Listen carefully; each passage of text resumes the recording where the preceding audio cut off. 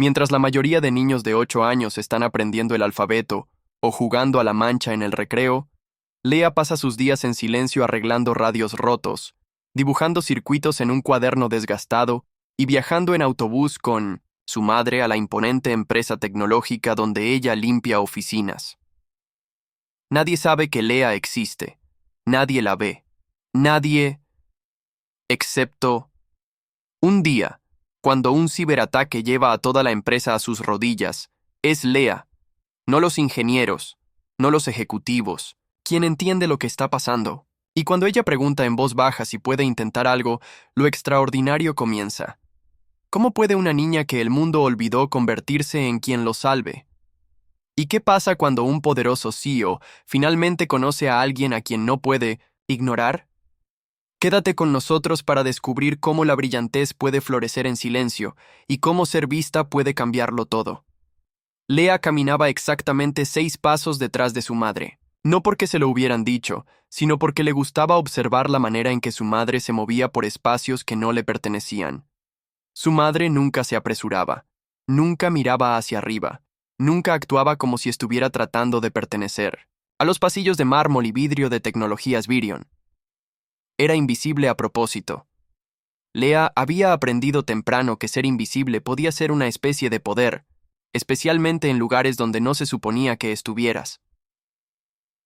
Aferraba firmemente su mochila desgastada, cuidando de que la cremallera rota no se enganchara en su sudadera. Adentro estaban sus tesoros más preciados, su cuaderno, un reloj digital roto y una memoria USB agrietada que ya no funcionaba, pero de la cual no podía deshacerse. Cuando entraron por la entrada lateral de empleados, el guardia de seguridad ni siquiera miró a Lea. Nunca lo hacía. Su madre murmuró, piso 39. Y ambas sabían lo que eso significaba. Mismo piso, mismo turno. Lea no hizo preguntas. Se separó y se sentó en el banco suave del rincón del vestíbulo, exactamente como hacía todos los días, las piernas balanceándose ligeramente. Luego sacó su cuaderno y comenzó a dibujar otra vez. Era su parte favorita del día, cuando podía pretender que también pertenecía allí. Para cuando su madre desapareció detrás de los ascensores de servicio, Lea ya estaba profundamente sumergida diseñando una placa madre imaginaria que imaginaba podía hablar con teléfonos a través del aire. Su lápiz se movía rápidamente, siguiendo la lógica en su cabeza. Comenzó a dibujar no solo la placa, sino su código imaginado, símbolos que solo ella entendía, letras y números organizados como un alfabeto secreto. Fue cuando estaba a mitad de oración en su nombre de función imaginario que ocurrió el primer parpadeo. Las luces del techo se atenuaron. Hizo una pausa, parpadeando. Entonces las pantallas de la sala parpadearon a negro todas a la vez, como ojos cerrándose. Lea se quedó muy quieta. A su alrededor, los murmullos se convirtieron en voces, las voces en tensión creciente. Salieron los teléfonos. La gente tecleaba. Algunos gritaban. Entonces alguien maldijo. Escuchó una palabra. Brecha. El cambio de tono fue inmediato. Un hombre cerca del mostrador de recepción golpeó su tablet en el mostrador. ¿Qué quiere decir que estamos bloqueados? Ladró a su auricular. Otra mujer corrió por el vestíbulo murmurando algo sobre fallo de comando remoto. El edificio, tan pulido y perfecto minutos antes, había sido sacudido en un lento desenredo. Lea no se movió. Sabía que no debía. El momento en que te notaran, la gente recordaba decirte que te fueras. Así que observó, silenciosa y con los ojos bien abiertos, absorbiendo todo. Un grupo de hombres cerca de los ascensores ya se culpaban unos a otros. Uno mencionó una anulación del kernel. Otro susurró, vector de malware. Lea reconoció, ese, malware. Había leído sobre eso. Había visto a gente simular ataques en sistemas de demostración. Cuando alguien murmuró, esto no puede estar pasando hoy no. Miró hacia la pantalla grande sobre recepción. Todavía estaba negra. Un joven con cabello puntiagudo caminaba de un lado a otro cerca de la ventana, murmurando a su teléfono. Nos va a matar. Esta es la presentación al cliente más grande del año. Estamos muertos. Lea garabateó las palabras presentación al cliente junto a su diagrama. No sabía por qué, pero se sentía como una clave. Estaban demasiado en pánico para que esto fuera solo una falla normal. Algo había sido atacado específicamente. Ninguna de estas personas sonaba como si realmente supiera dónde había comenzado la falla. Todos estaban reaccionando, intentando las puertas usuales y encontrándolas cerradas. No habló, pero se volvió a una página nueva y comenzó a anotar lo que ella habría hecho. Empezar aislando el punto de brecha. ¿Era interno o externo? Usar un shell de diagnóstico. Buscar anomalías en las firmas de tráfico. No estaba segura de si podía arreglarlo, pero estaba segura de algo más ahora. Ellos no podían. Ese pensamiento la golpeó más fuerte de lo esperado. Todos estos adultos con sus trajes y credenciales no tenían idea de qué hacer. Por primera vez en su vida, Lea sintió algo cambiar dentro de ella. No como la curiosidad que siempre tenía. Esto era más pesado, una mezcla de terror y claridad. No era que pensara que podía resolverlo todo, sino que algo en la forma en que se agitaban le recordaba la vez que su primo había tratado de conectar un disco duro viejo al televisor y casi borró todas sus configuraciones. Lea se había sentado a su lado y silenciosamente reinició el sistema operativo con un parche improvisado de su USB. Había resuelto eso en minutos, aunque nadie le había enseñado. Y ahora aquí estaba otra vez, en una sala llena de gente que tenía todas las herramientas, todo el dinero, toda la autoridad, y ningún mapa, ninguna idea de dónde empezar. Los símbolos comenzaban a organizarse, en algo real, casi como si su mente estuviera construyendo un plano al revés, decodificando un desastre sin necesidad de ver el código. Sonaba como si alguien hubiera bloqueado intencionalmente el sistema desde adentro. No lo destruyó. No lo borró, lo congeló, lo que significaba que la estructura todavía estaba allí, en algún lugar. Debajo de todo su pánico, el esqueleto del sistema aún esperaba ser accedido, si sabías dónde buscar.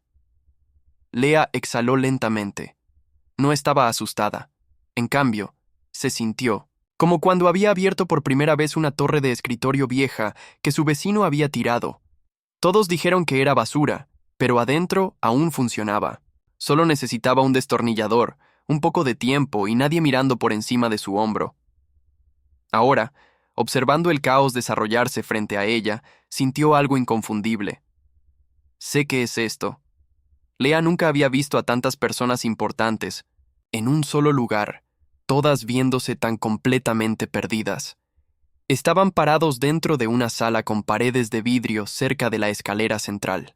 Algunos gritaban, otros susurraban en tonos frenéticos. Un hombre corpulento cerca del frente golpeó su puño en la mesa. «Esto no puede ser interno», ladró. «Triple cortafuegos en este punto de entrada después de Zurich». Una mujer a su lado respondió. «Entonces es un protocolo fantasma. Está imitando comportamiento normal de usuario. Demasiado limpio para ser fuerza bruta». Lea no conocía todos los términos que usaban, pero entendía lo que faltaba. No estaban haciendo las preguntas correctas. Ni siquiera cerca. Por un momento, olvidó mantenerse invisible. Dio medio paso, adelante y, como si sus pensamientos escaparan de su boca antes de poder detenerlos, dijo en voz baja. ¿Han revisado el bucle de desbordamiento del socket? Las palabras aterrizaron como una piedrecita en el agua. Hubo una pausa. Las cabezas se voltearon. Un hombre se burló. ¿Qué dijo? Otro puso los ojos en blanco. Jesús, ¿quién dejó entrar al hijo de alguien aquí?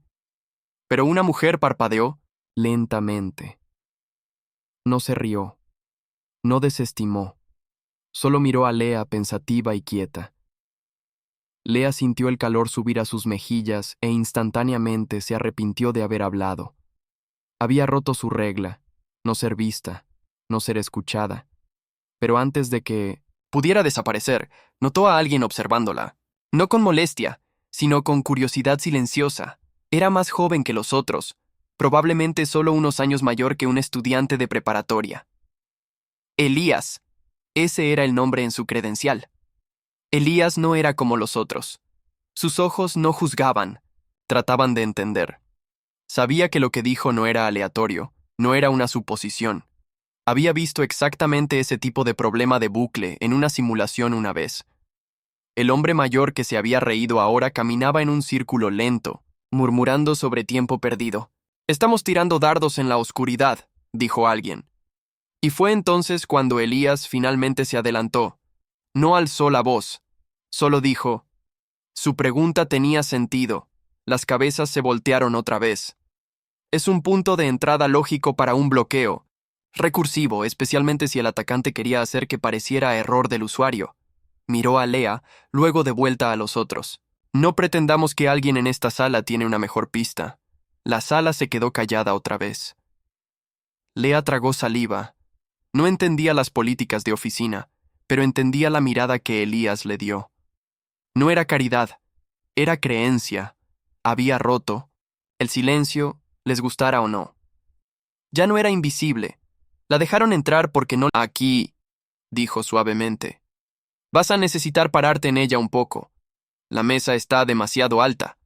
Lea asintió una vez, aferró su cuaderno a su pecho como armadura y se subió con la pequeña dignidad de alguien que había aprendido a no estremecerse frente a las risas.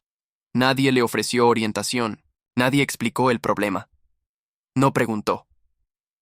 Miró la terminal por completos 10 segundos antes de siquiera tocar el teclado. Sus dedos se cernieron, no por vacilación, sino por calibración. La pantalla era un enredo de prompts de comando, capas, de administración bloqueadas y rechazos de cortafuegos.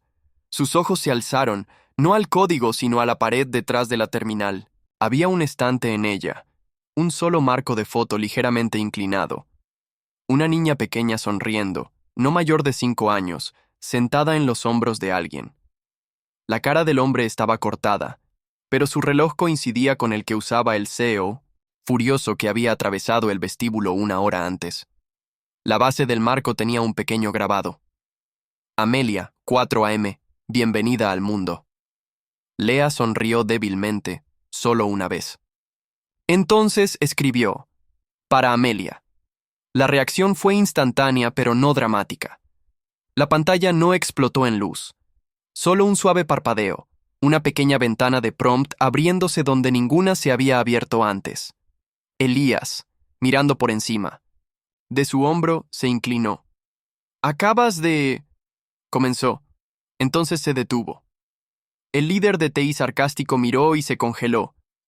«Espera, ¿qué fue eso?» Lea no respondió. Ya estaba 2 capas adentro, navegando con una familiaridad que hacía que... pareciera ensayado. Sus dedos no tropezaron. Escribía comandos como alguien que no estaba aprendiendo sino recordando. Uno de los ingenieros se inclinó hacia adelante lentamente. «Esa clave de anulación», murmuró. «Ni siquiera intentamos usar un respaldo basado en personal». Lea siguió. «Adelante». No estaba presumiendo. Ni siquiera parecía consciente de la sala ya. La forma en que trabajaba era silenciosa, deliberada, como si estuviera escuchando un ritmo que el resto de ellos no podía oír. La tensión de la sala cambió. No se liberó, sino que se reorientó. Ya no era la tensión de la impotencia, ahora era la tensión de la incredulidad. Una docena de adultos, todos entrenados, todos con credenciales, estaban parados observando a una niña escribir líneas de comandos y navegar un laberinto que habían construido pero al que ya no podían entrar. Una mujer se acercó y murmuró, encontró el shell de administración. El líder de TI, aturdido, parpadeó rápidamente. Eso ni siquiera debería ser visible sin autenticación. Elías asintió una vez, aún observando. Porque se autenticó, dijo. Manualmente.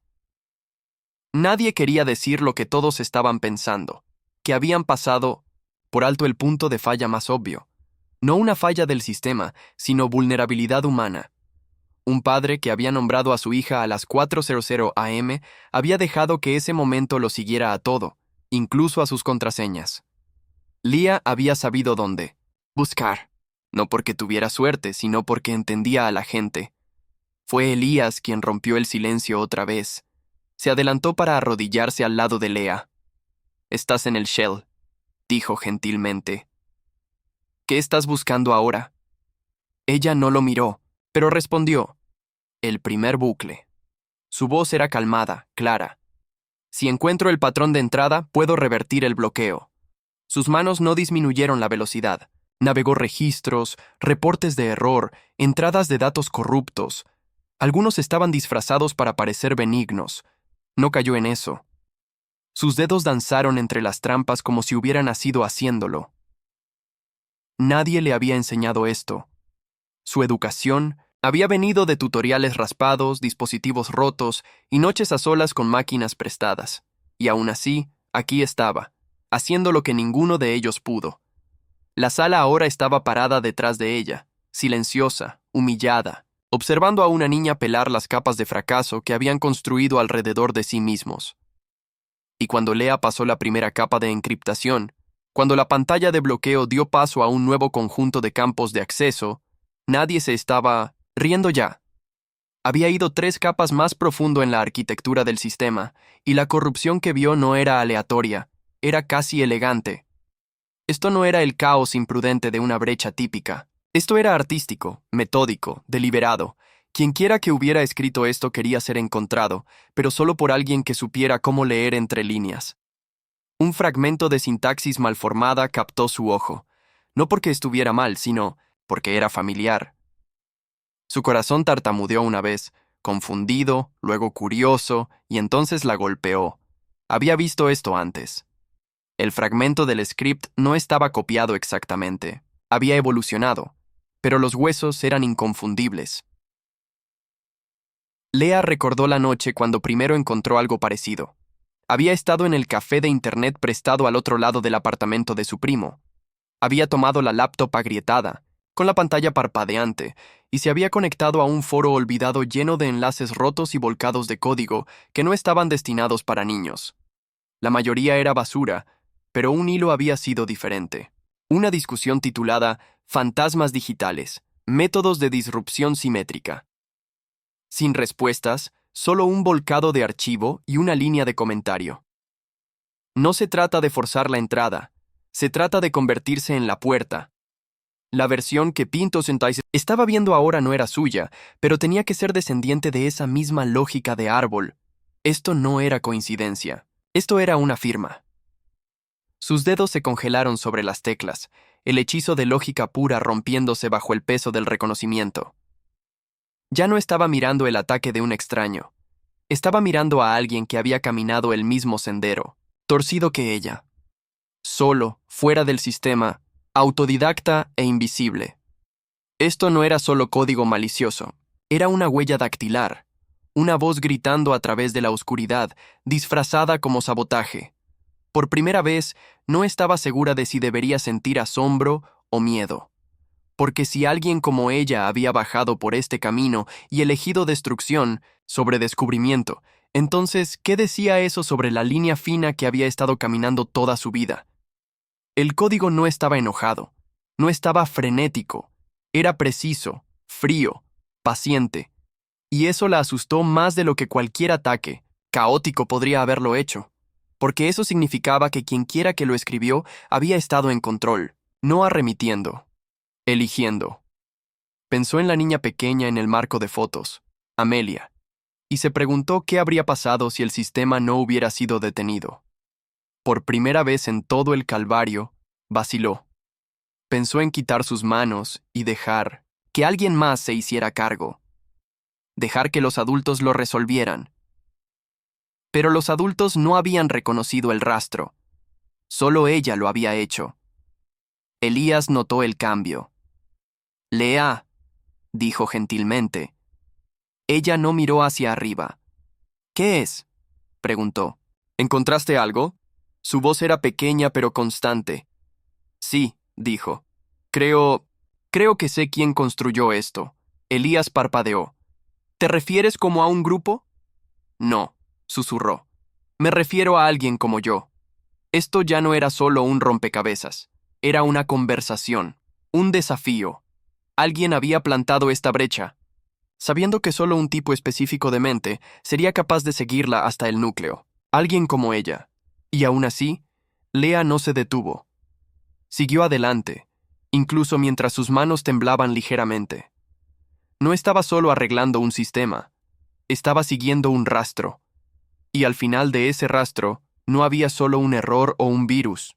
Era una mente como la suya, un espejo retorcido, alguien que una vez vio el mundo en números y lógica y sombras y eligió convertir esa visión en destrucción. Pero sabía esto: si alguien así existía, tenía que verlo hasta el final, para probar que había otro camino, otro final, un tipo diferente de legado. Porque este fantasma en el sistema había hablado su idioma y ella estaba lista para responder, cuando el latido del corazón del sistema parpadeó de vuelta a la vida. Solo una línea débil de verde a través de una de las pantallas grandes. Todos en la sala jadearon o murmuraron, pero Marcus Bailey no se movió, no aplaudió, no sonrió. Se quedó en la parte de atrás de la sala, brazos cruzados, observando a la niña pequeña en la terminal como si hubiera crecido de los circuitos mismos. Su nombre era Lea. Sin apellido, aún no. Solo sabía lo que su asistente le había dicho: la hija de una mujer de limpieza. Pero ahora se sentaba frente a una máquina que nadie más podía arreglar, y con manos que apenas se estiraban a través del teclado, había respondido algo que todo el equipo de infraestructura había fallado en descifrar. No fuerza bruta, no suerte. Ella lo había entendido. Marcus simplemente se volvió y dejó la sala sin sonido, su mente más ruidosa que cualquier explosión. Caminó de vuelta a su oficina como un hombre retrasando pasos viejos.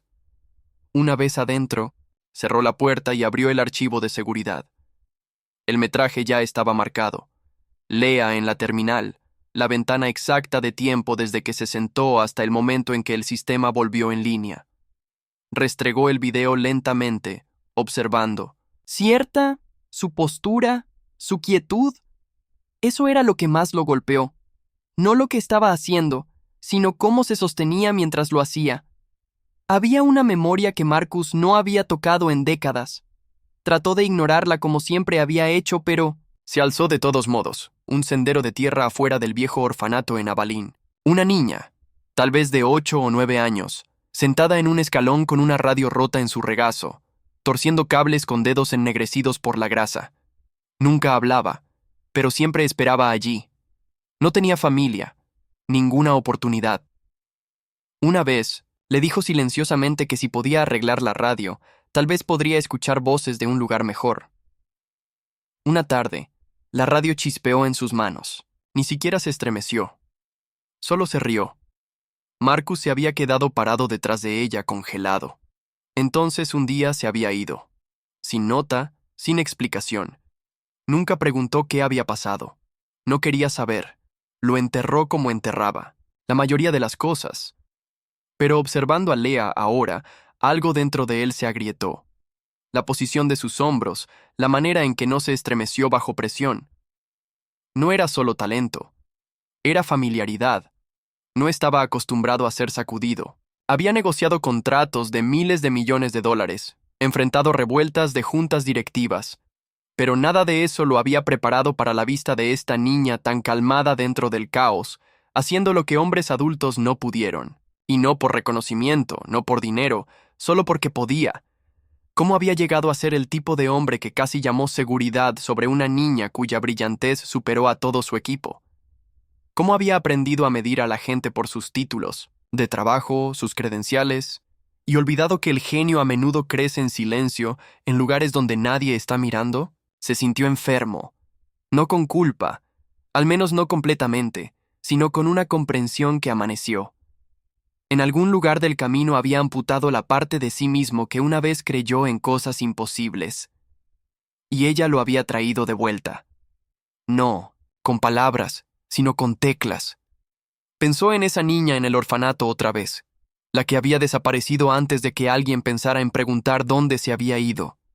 ¿Iba Lea a desaparecer también? Una vez que este momento pasara, ¿alguien lucharía por mantenerla vista? Su pecho se apretó. Sabía lo que el mundo haría si se lo dejaran solo. Enterrarían su don en silencio, en pobreza, en burocracia. La agradecerían, tal vez incluso la celebrarían por un día, luego la olvidarían, a menos que él no los dejara, a menos que se adelantara, no como un CEO, sino como un hombre que una vez vio a alguien desaparecer porque nadie se preocupó lo suficiente por aferrarse. Leah había agrietado su sistema, pero más que eso, lo había agrietado a él. Y ahora, sentado en la comodidad de su oficina de esquina, rodeado de cosas que una vez pensó que importaban, Marcus Bailey se quedó con solo una pregunta. ¿Qué se suponía que debía hacer con esta niña que acababa de abrir su mundo? La llamaron de vuelta a la mañana siguiente, no con ceremonia, sino con una sola solicitud silenciosa pasada a su madre a través de un supervisor nocturno. Leah no hizo preguntas. Solo asintió y se preparó de la única manera que sabía, asegurándose de que su cuaderno estuviera en su mochila. Usó la misma sudadera, la que siempre se deslizaba más allá de sus muñecas y la hacía ver más pequeña de lo que ya era. Su madre no la acompañó hasta adentro esta vez. Solo se quedó en la entrada, ojos nerviosos, labios apretados mientras Leah caminó sola a través de puertas de vidrio. Fue guiada silenciosamente por un asistente educado a una sala con una mesa larga y una sola silla azul esperando cerca del final. Nadie la saludó con fanfarria. Nadie le ofreció jugo de naranja o sonrió demasiado. El tono había cambiado. Ya no la estaban tratando como a una niña. La estaban tratando como algo más, algo que no entendían completamente. Se sentó en la silla azul y esperó. La sala olía a pulidor de limón y desinfectante, pero no le importó. Estaba acostumbrada a ese olor. Uno por uno, entraron. No todo el equipo de ayer, solo unas pocas personas clave. Elías estaba allí, cuaderno en mano, ofreciéndole una pequeña sonrisa alentadora que hizo que sus hombros se relajaran ligeramente. Una mujer mayor con cabello cortado y gafas cuadradas. Hizo la primera pregunta sin preámbulo. «¿Cómo lo hiciste?», dijo, voz firme pero urgente. Leah parpadeó. «¿Qué parte?». Algunas personas se rieron suavemente, no burlándose de ella esta vez, más como admiración sorprendida. La anulación, alguien más aclaró, el rastreo de brecha en capas, el anidamiento de subshell, todo. Los dedos de Leah se curvaron alrededor de su lápiz.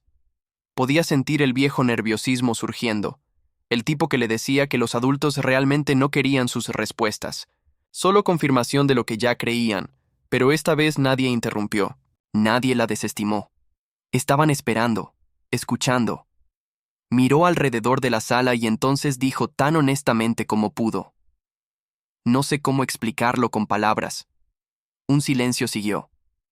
No incómodo, no decepcionado, solo abierto. Leah alcanzó lentamente. Dentro de su mochila, sacó su cuaderno y se volvió a una página en blanco. «Pero puedo mostrarte». Su lápiz raspó suavemente contra el papel mientras la sala observaba. No miró hacia arriba mientras comenzó a dibujar. No código, no exactamente.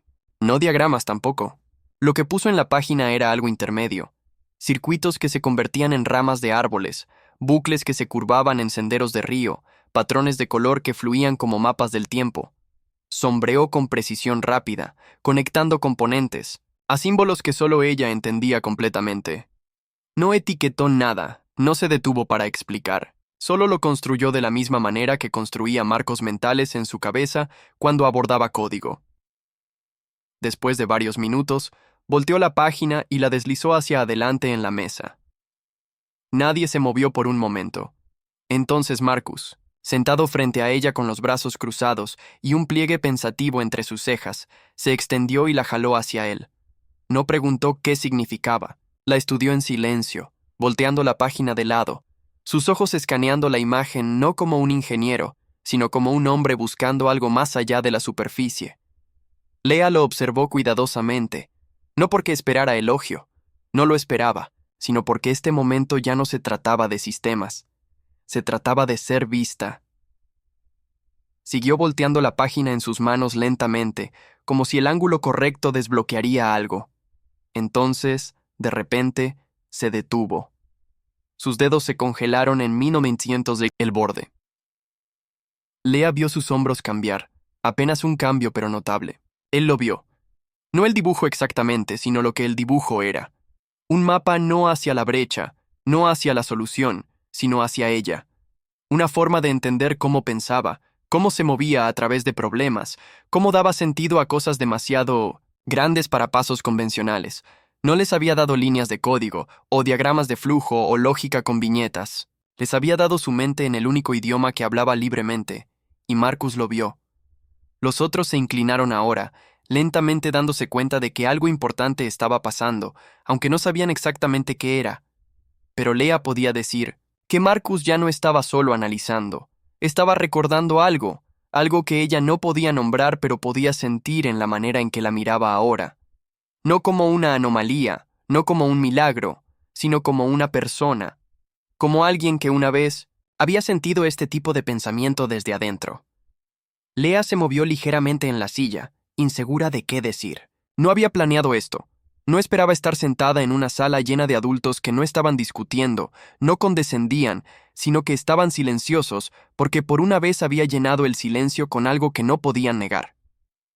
Alcanzó su cuaderno, pero se detuvo cuando Marcus finalmente miró hacia arriba. Su cara se había suavizado, no en lástima, sino en comprensión. No dijo gracias. No asintió en aprobación. Solo golpeó la página una vez y preguntó: «Este bucle aquí, ¿cómo lo llamas?». Ella parpadeó. «Realmente no tiene nombre. Es solo como mantengo la estructura de colapsar cuando el problema se dobla sobre sí mismo». Él asintió lentamente. «Eso es exactamente lo que pasó ayer, ¿no es así?». Ella vaciló. Entonces asintió. «Sí». Él deslizó el papel de vuelta hacia ella. «Guarda esto. No lo cambies». Lea lo metió de vuelta en su cuaderno como si no fuera nada, pero su corazón latía fuertemente. Por primera vez, se sintió como si no hubiera solo El incidente se convirtió en un caso de estudio emblemático en escuelas de negocios a través de América, enseñando a futuros líderes que en el mundo interconectado de hoy, la discriminación no es solo moralmente incorrecta, es catastróficamente costosa. Diana Clark siguió adelante para entregar su discurso principal en Los Ángeles, asegurando la inversión de Pacific y anunciando la adquisición de Aerovest. Pero más importante, había demostrado que el poder usado responsablemente puede crear cambio que se extiende mucho más allá de cualquier transacción o confrontación individual. La industria de aerolíneas nunca sería la misma. Y todo comenzó porque una mujer se negó a aceptar que le dijeran que esperara afuera cuando ella pertenecía adentro. Un mensaje de esperanza a esta historia nos recuerda que la dignidad no es negociable, que la justicia puede prevalecer y que, a veces, una persona valiente es todo lo que se necesita para cambiar un sistema completo. Cuando enfrentamos la discriminación, cuando nos dicen que no pertenecemos, cuando otros tratan de definirnos por sus prejuicios en lugar de nuestros logros, recordemos a Diana Clark. Recordemos que el poder real no viene de humillar a otros, sino de elevarnos unos a otros. Si esta historia te movió, compártela con otros para que ellos también puedan aprender. Porque en un mundo donde la injusticia aún existe, necesitamos más historias como esta. Historias que nos recuerden que cada uno de nosotros tiene el poder de hacer la diferencia. La próxima vez que veas a alguien siendo tratado injustamente, la próxima vez que tengas la oportunidad de hablar por lo que es correcto, la próxima vez que puedas usar tu posición para proteger a otros, recuerda esta historia. Recuerda que la verdadera victoria no está en la venganza, sino en la transformación. No está en destruir a otros, sino en construir un mundo mejor para todos. Y recuerda que a veces, la cosa más poderosa que puedes hacer es simplemente negarte a aceptar que te traten como menos de lo que eres, porque tú perteneces, tu dignidad importa, y tu voz puede cambiar el mundo.